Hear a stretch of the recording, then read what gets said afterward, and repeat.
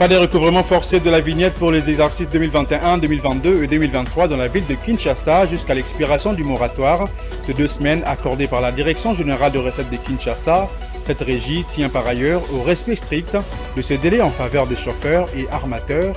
Dans ces journaux, vous écouterez le 2G de la DGRK à ces sujets. Plusieurs entreprises œuvrant dans les secteurs du tourisme ou transport aérien sont butées actuellement à d'énormes difficultés depuis l'annonce récente de la suspension des vols de la compagnie Congo Airways. Certaines entreprises qui dépendent du transport aérien pour leurs activités commerciales se disent confrontées à un manque à gagner. À suivre également dans cette édition du journal. C'est tout pour le titre, mesdames et messieurs. Bienvenue dans cette édition du journal sur Ecofin Télévision. Tout d'abord, 69 hauts magistrats de la Cour de cassation, du Conseil d'État et de parquets généraux près ces autres juridictions ont prêté serment ce jeudi devant le président de la République, Félix-Antoine Tshisekedi. C'était au cours d'une cérémonie organisée au Palais de la Nation. Ces hauts magistrats, nommés mi-août dernier, ont juré de respecter la Constitution et les lois de la République démocratique du Congo, de remplir loyalement et fidèlement, avec honneur et dignité, les fonctions qui leur sont confiées. Regardez. Le président de la République, en sa qualité de magistrat suprême, a pris acte de leur serment. Après ainsi s'être acquitté de cette obligation constitutionnelle, ces hauts magistrats entrent officiellement en fonction de ces jours. Il s'agit entre autres du premier président et des conseils de la Cour de cassation, de 5 premiers avocats généraux de la République et 8 généraux de la République pris la Cour de cassation, de 5 présidents et 9 conseillers du Conseil d'État, côté siège, et de 5 premiers avocats généraux, et 8 avocats généraux pour le parquet, près les conseils d'État. Au terme d'une série d'ordonnances, le chef de l'État avait procédé à de nouvelles mises en place au sein de la magistrature. Certains magistrats avaient été promus, d'autres révoqués, mis à la retraite, ou ont fait l'objet des démissions d'office. Procès verbal de prestation de serment des avocats généraux près le Conseil d'État. L'an 2023, le 14e jour du mois de septembre. En présence de M. Guylaine Yembo, directeur de cabinet du président de la République, les personnes ci-après, M. Mikobi Mikwete, M. Tabala Nimensong, M. Bokango Ngobila Bangoli, M. Ousseini Sefou, M. Wandolela Mukebelua, Madame Ngongo Feza, Monsieur Niami Ngwamachi, Monsieur Ilunga Moueloa, nommés avocats généraux près le Conseil d'État par ordonnance d'organisation numéro 23/153 du 15 août 2023 portant nomination des magistrats civils du ministère public, parquet général près le Conseil d'État, ont prêté le serment dont la teneur suit. Ces réaménagements rentrent dans le cadre des réformes de l'appareil judiciaire initiées par le président Tshisekedi en vue de consolider l'état des droits. Arrivée fin mission en République démocratique du Congo, la délégation du Fonds monétaire international a été reçue le mercredi 13 septembre 2023 par le Premier ministre Jean-Michel Sama Lukonde. Cette mission technique est venue en RDC avec à sa tête Calixte, chef de mission FMI, pour préparer la 5e revue du programme entre la République démocratique du Congo et le FMI. Suivez. Au terme de son séjour en République démocratique du Congo, cette délégation est venue rencontrer le chef de l'exécutif congolais, une séance de travail à laquelle ont pris part plusieurs membres du gouvernement, notamment le ministre d'État en charge du budget, le ministre des Finances, le vice-ministre du budget et des Finances, la gouverneure de la Banque centrale du Congo et quelques membres du cabinet du Premier ministre. À l'issue de cette rencontre, le chef de la délégation du FMI a salué les progrès réalisés par le gouvernement Sama Lukonde durant les 2 dernières années. Nous sommes ici dans le cadre d'une mission technique en préparation de la mission de la 5e revue qui se tiendra en octobre, courant les 2 dernières semaines d'octobre. Ce que je peux dire par contre, c'est qu'il y a des progrès très encourageants qui ont été réalisés sur les 2 dernières années ici, depuis le début du programme. On a passé la 4e revue déjà. La prochaine, c'est la 5e revue. Et il y a une dernière qui est prévue vers mai-juin l'année prochaine. pour finir l'ensemble du programme. Rappelons que c'est depuis juillet 2021 que la République démocratique du Congo a signé un accord triennal avec le FMI assorti d'une facilité élargie au crédit de 1,52 milliard de dollars. L'ambassadeur de l'État d'Israël en République démocratique du Congo, Shimon Solomon, a été reçu par le vice-premier ministre en charge de la Défense, Jean-Pierre Bemba. C'est mercredi 13 septembre 2023. Les diplomates israéliens a entre autres exprimé l'inquiétude de son gouvernement quant à l'activité terroriste du mouvement M23 et a souligné l'état stable des relations entre les deux pays. On l'écoute. Nous nous sommes rencontrés aujourd'hui avec le ministre de la Défense. Bien sûr, on a parlé de la sécurité, de la défense. Nous avons discuté. Il y a des choses, le détail qu'on ne va pas dire ici. Et la relation entre nos deux pays va de très longues années. Je me suis rencontré avec d'autres ministres aussi et aujourd'hui avec le ministre de la Défense. Le but c'est toujours d'entretenir de meilleures relations entre nos deux pays. Comme je l'ai dit, nos deux pays sont de vrais amis de longue date et nous sommes vraiment très concernés sur la crise de l'Est et nous désirons que la paix et la sécurité soient vraiment le partage du peuple congolais. Je dois juste vous dire que nous avons parlé de cela et ça a été très bonne conversation que nous avons eue avec le ministre. Autre chose à signaler dans ces journaux, c'est jeudi 14 septembre 2023 a vu le centre de santé militaire cardiovasculaire des Kankokolo revêtir de sa plus belle robe. C'est le docteur Gilbert Kabanda qui a, au cours d'une cérémonie d'inauguration, remis le clé de ces bâtiments modernisés à l'actuel vice-premier ministre en charge de la Défense, Jean-Pierre Bemba. Les commentaires avec Juvette Mbelou. Le centre militaire d'excellence cardiovasculaire parle et parlera toujours pour le docteur Gilbert Kabanda, ancien ministre de la Défense nationale. En son temps, en tant que directeur général et commandant du corps des santé des FARDC, avait eu l'initiative de moderniser non seulement l'infrastructure, mais aussi d'acquérir des équipements adéquats et pimpants neufs de ce centre des santé militaire. Signalant par ailleurs que c'est au docteur Kabanda, devenu aujourd'hui ministre de la Recherche scientifique et innovation technologique, que revient l'honneur de recevoir les fleurs pour son idée géniale. Comme il n'est jamais tard pour bien faire, ce jour de jeudi 14 septembre 2023 a vu le centre de santé militaire d'excellence cardiovasculaire revêtu de sa plus belle robe. Au cours de cette cérémonie des remises et reprises, l'honneur est revenu à son successeur Jean-Pierre Bemba, vice-premier ministre, ministre de la Défense nationale et ancien combattant, de recevoir des mains de l'initiateur, le ministre Kabanda, à titre symbolique, les clés de cette infrastructure hospitalière modernisée. Gilbert Kabanda donne ici les explications sur son œuvre. Initialement, ce petit coin, qui n'était que la moitié de ce qu'il est aujourd'hui, me servait de laboratoire personnel de recherche cardiovasculaire, qui est un de mes points de recherche en tant que médecin militaire. Et donc, c'était pratiquement lié à ma personne. Parti à la retraite et ensuite nommé ministre de la Défense nationale, j'ai estimé que ce centre ne devait plus être personnel, qu'il fallait qu'il devienne un centre militaire d'excellence cardiovasculaire. À noter que ce général à la retraite, lui-même aussi chercheur, initiateur de cette œuvre scientifique et de bienfaisance sociale, a occupé pendant plus de 2 ans les fonctions de ministre de la Défense nationale et ancien combattant. Le chômage en République démocratique du Congo demeure un sujet très prégnant. Face à cela, le directeur technique de l'Office national de l'emploi, Eric Mongomba Kitenge, a énuméré quelques pistes de solutions, entre autres la valorisation de l'entrepreneuriat que propose l'ONEM, considérée comme une jonction entre les demandeurs d'emploi et les employeurs. De la même logique, il a invité les jeunes à se rapprocher davantage de ces services. On l'écoute à ces sujets. L'ONEM joue le rôle d'intermédiation. L'ONEM ne crée pas les emplois, mais l'ONEM facilite le fait de quitter le monde du chômage vers le monde de l'emploi, et pour cela, il est le conseiller du gouvernement.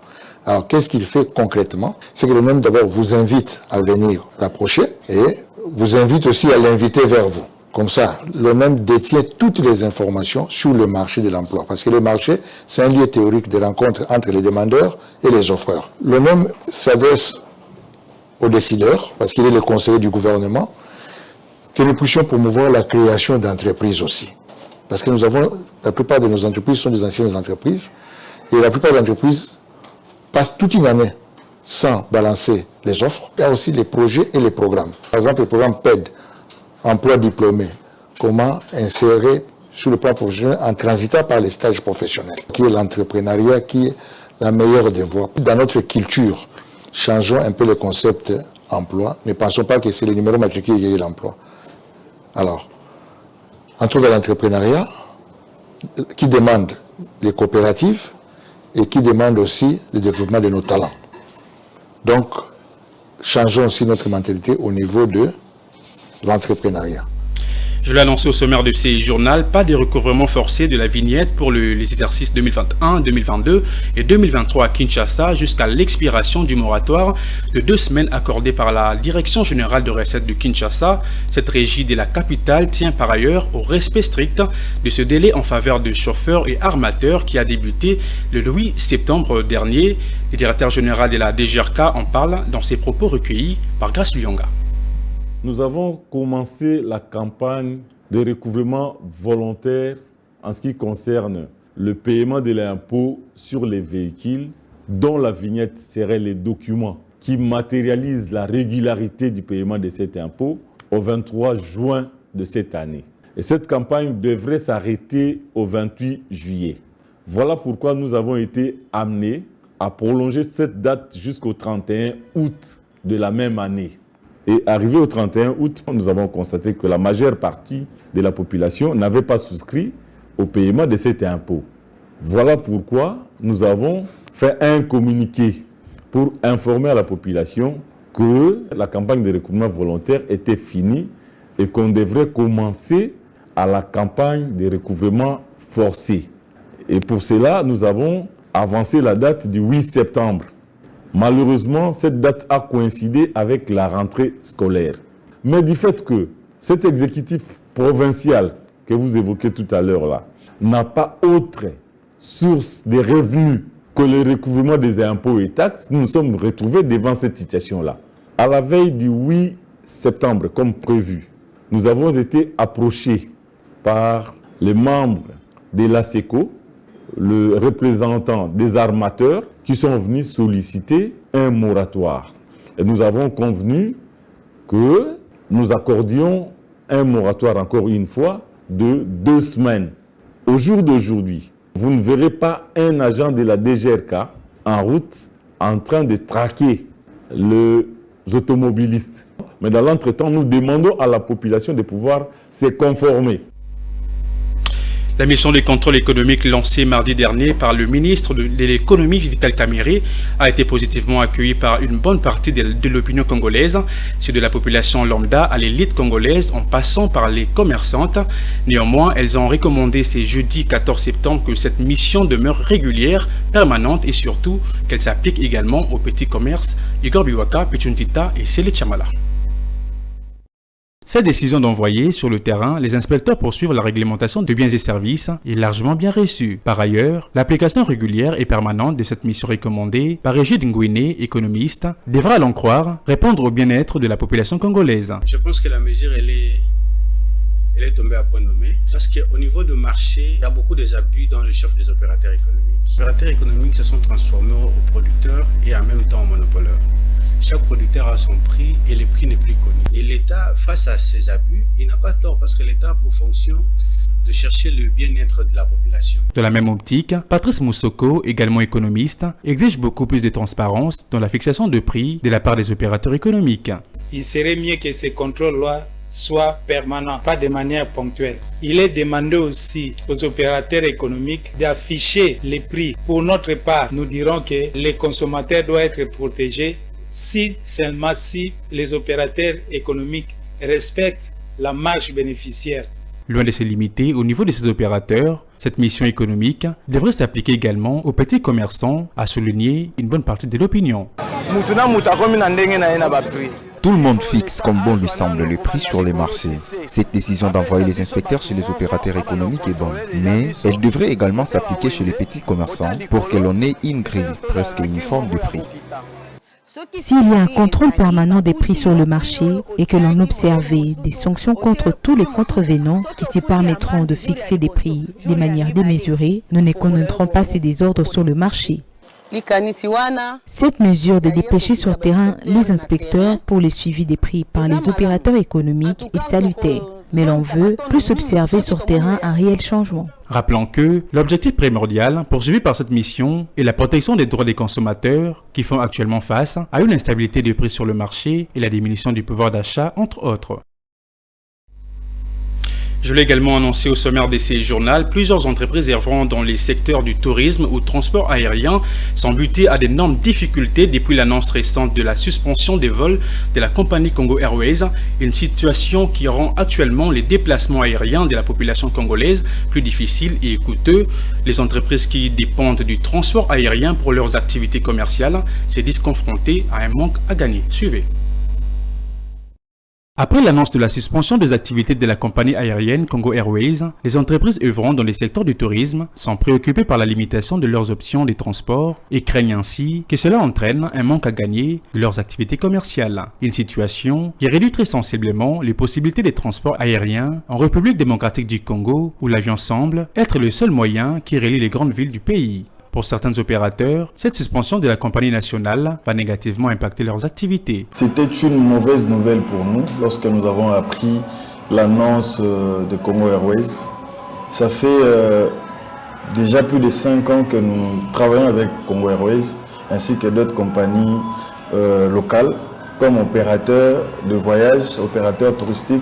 Nous sommes dans les difficultés parce que nous ne pourrons pas travailler comme il se doit. Et les commissions que nous gagnons chez nos compagnies aériennes avec qui nous travaillons, nous ne serons plus en mesure de les avoir. Pourquoi? Parce que Congo Airways a suspendu ce vol et du coup, on a comme un manque à gagner.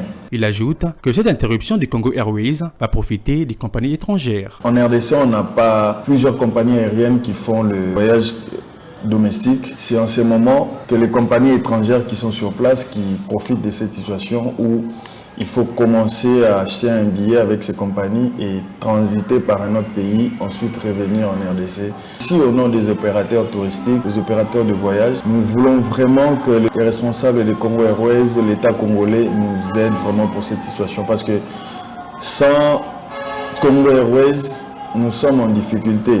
Il s'est de rappeler que le Premier ministre Jean-Michel Samalou Condé a convoqué le mardi dernier une réunion avec le ministre des Transports et le directeur général du Congo Airways pour examiner des solutions urgentes à mettre en place pour une relance rapide des activités de cette compagnie. Et pour terminer, la canalisation d'eau usée qui allonge la grande artère de l'avenue des Huileries au croisement de l'avenue Itaga à Lingwala se trouve dans un état de délabrement très avancé avec risque dans l'avenir d'occasionner des inondations et de perturber les activités commerciales qui s'exercent aux alentours. Se plaignant de la situation ce jeudi 14 septembre 2023, les riverains et passagers sollicitent l'intervention des autorités urbaines. Divine Munze et Ruben Manata. À la saison des pluies souvent, à Kinshasa, on assiste à des inondations causées notamment par le délabrement des canalisations d'eau. C'est le cas ici, à l'avenue des Huileries, au croisement Itaga, entre les communes de Lingwala et Kinshasa. La traversée coûte entre 500 et 1000 francs, tout dépend de la masse corporelle. Cette difficulté n'affecte pas seulement les piétons, les conducteurs en sont également victimes. Les raisons pour lesquelles les caniveaux s'ébouchent, c'est le manque de curage et d'entretien de ces canalisations d'eau usées. L'on ne prend pas les soins de dépêcher une équipe pour curer toutes ces immondices qui logent le long de ces caniveaux. Conséquence, quand il pleut, les riverains s'exposent à plusieurs risques. L'exemple le plus funeste, c'est celui lié à la mort d'hommes, une mort occasionnée par les débordements d'eau. Pour éviter des cas similaires, nous ne sollicitons qu'à l'urgence l'intervention de nos autorités.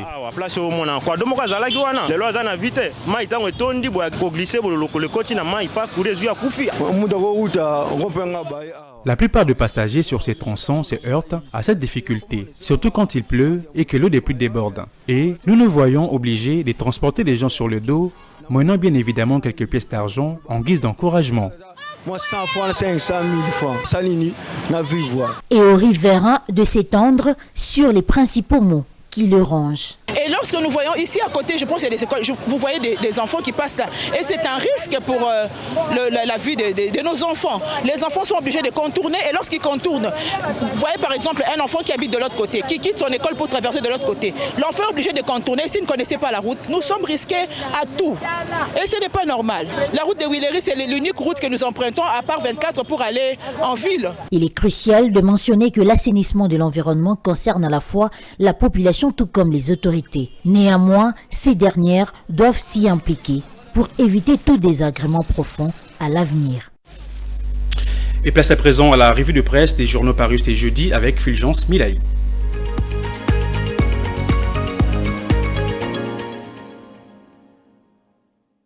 Bienvenue à tous dans cette revue des presse sur Ecofin Télévision. Commençons avec les quotidiens L'Avenir qui dans sa page numéro 6 écrit « En mission technique préparatoire de la 5e revue du programme avec la RDC, la délégation du FMI salue les progrès réalisés par le gouvernement Samalou Kondé. » Arrivée fin mission en République démocratique du Congo, une délégation des Fonds monétaires international a été reçue ce mercredi 13 septembre 2023 par le Premier ministre Jean-Michel Samalou Kondé Kenge dans son cabinet de travail à la primature. Cette mission technique est venue en RDC avec à sa tête Calix Aokposi, chef de mission FMI, pour préparer la 5e revue du programme entre la RDC et le FMI. Au terme de son séjour congolais, cette délégation qui a rencontré les premiers ministres salue les progrès réalisés par les gouvernements de ces derniers. À l'issue de les rencontres, le chef de mission Calixte s'est confié à la presse en ces termes. Nous sommes ici dans le cadre d'une mission technique en préparation de la 2e mission de la 5e revue qui se tiendra durant les 2 dernières semaines d'octobre.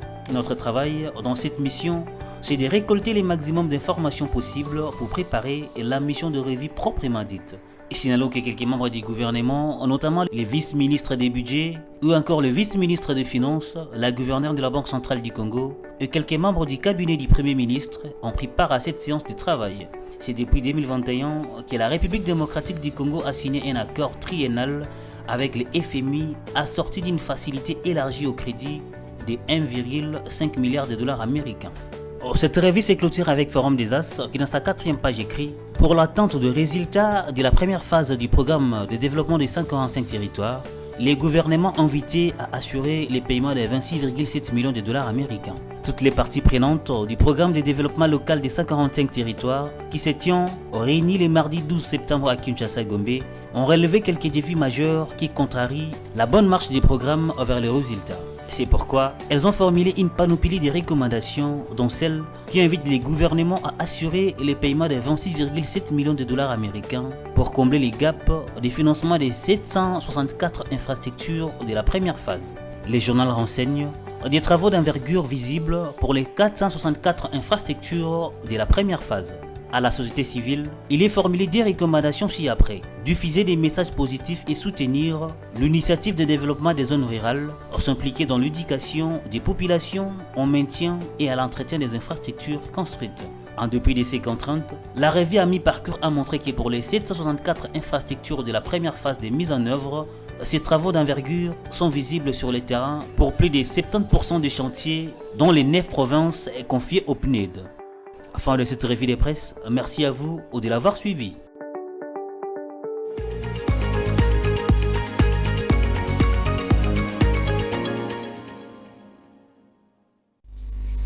Ce journal est terminé, mesdames et messieurs. Si vous nous avez pris en cours de diffusion, voici le rappel de titre.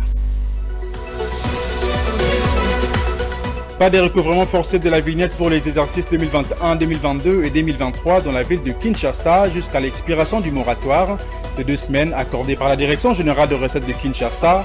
Cette régie tient par ailleurs au respect strict de ces délais en faveur des chauffeurs et armateurs. Vous avez suivi dans ces journaux le 2G de la Direction générale de recettes de Kinshasa. Plusieurs entreprises œuvrant dans les secteurs du tourisme ou transport aérien sont butées actuellement à d'énormes difficultés depuis l'annonce récente de la suspension des vols de la compagnie Congo Airways. Certaines entreprises qui dépendent du transport aérien pour leurs activités commerciales se disent confrontées à un manque à gagner. Vous l'avez suivi dans cette édition du journal.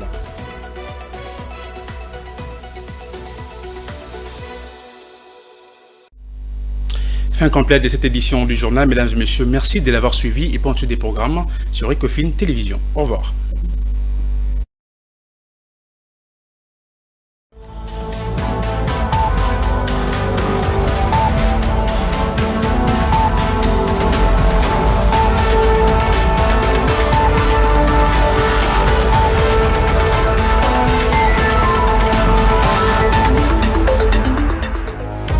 dans une sphère médiatique, essentiellement tournée vers des contenus généralistes, où l'originalité n'a plus sa place au chapitre, où le secteur de l'économie et finance, pourtant poumon d'un État, sombre dans les oubliettes, voici enfin Ecofin Télévision. Économie et finance télévision, votre chaîne thématique essentiellement économique, vous offre un contenu original. Nous traitons des questions monétaires, commerciales, énergétiques, minières, pétrolières et environnementales. Notre créneau, vous proposer des informations, des analyses, des perspectives et prévisions économiques. Ecofin Télévision vous permet également de comprendre la coopération entre les États et les institutions, sans oublier l'épineuse question de la dette. Ecofin Télévision, tout savoir sur les investissements, les échanges commerciaux, la balance commerciale et la balance des paiements, le taux d'échange, l'état des lieux de la lutte contre les détournements des finances publiques, la coopération bilatérale ou multilatérale. Ecofin Télévision vous explique comment l'économie nationale est directement liée à l'économie mondiale. Notre particularité fait notre originalité. C'est pourquoi nous disons Ecofin Télévision, mieux que savoir sur l'économie et finances, comprendre.